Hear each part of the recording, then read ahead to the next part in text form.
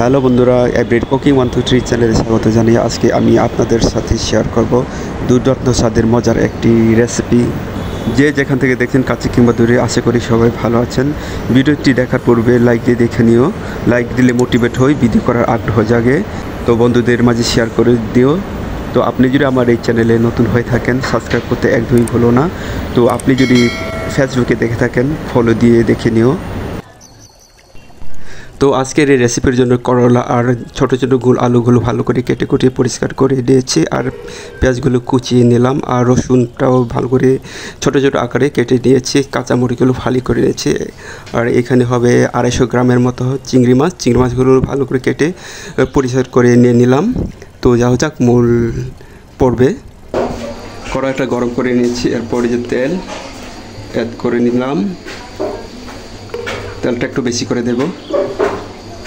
তো আলুগুলো মিডিয়াম সাইজে করে কেটে নিয়েছি, তো হালকা করে ভেজে নেব। তো আপনি চাইলে না ভেজেও রান্না করে নিতে পারেন। তো আমার কাছে মনে হলে ভেজে নিলে মনে হয় কিছুটা ভালো হবে।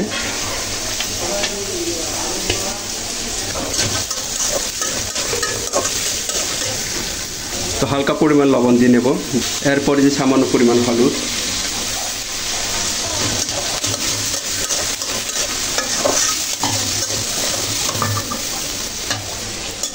তো আলু সবজিগুলো আমি ভেজে নিচ্ছি। এতে করে সময় অনেকটাই অপচয় হচ্ছে, তো না ভেজেও কিন্তু রান্না করে নেওয়া যায়।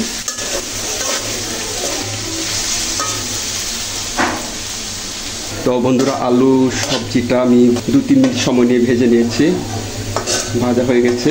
এরপরে আলু সবজিগুলো এক সাইড করে দেব। এরপরে যে রসুন কুচিগুলো ভেজে নেব, আর যে কুচিয়ে রাখা পেঁয়াজ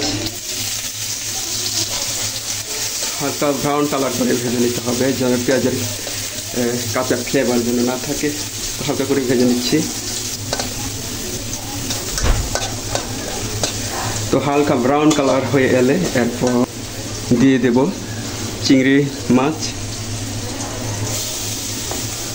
তো চিংড়ি মাছগুলো অ্যাড করে নিচ্ছি। তো মাছগুলো হালকা ভাজা করে নেব।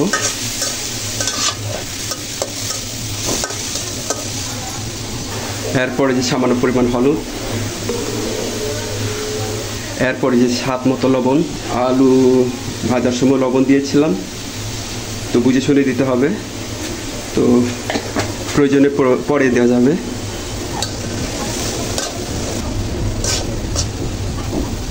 এরপর কিছু সময়ের জন্য ঢাকনা দিয়ে ঢেকে রাখবো। ঢাকনা দিয়ে ঢেকে রাখলাম।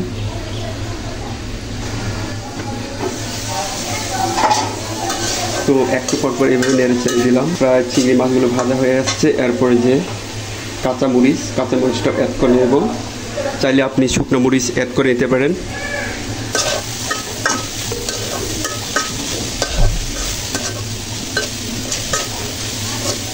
তো চিংড়ি মাছগুলো ভাজা হয়ে গেছে, এরপর এটাও মিক্স করে নেব।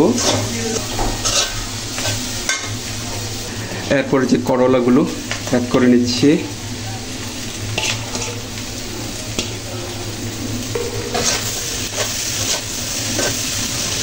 ভালো করে নেড়ে চেড়ে দিতে হবে, যেন মশলাগুলো সবজির সাথে লেগে থাকে। এরপর হালকা আছে এগুলো ভেজে নিতে হবে। তো হালকা আছে ভেজে নিলে যে করলার যে কালারটা এটা নষ্ট হবে না। তো এরপর ঢাকনা দিয়ে ঢেকে রাখবো।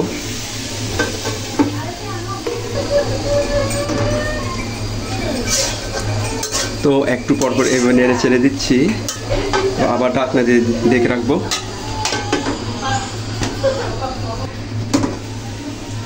তো বন্ধুরা, সবজিগুলো 5-6 মিনিট সময় নিয়ে রান্না করে নিচ্ছি, একদম হয়ে গেছে। চুলার যে ভলিউমটা বন্ধ করে দেব। আমার যে সকল ভাই ও বোনেরা যে যেখান থেকে ধৈর্য সহকারে দেখছেন, তো আপনাদের প্রতি আমার কৃতজ্ঞ রইল। সবাই ভালো থাকবেন নিত্য নতুন রেসিপি দেখার জন্য। আজকে এই পর্যন্ত। আল্লাহ হাফেজ।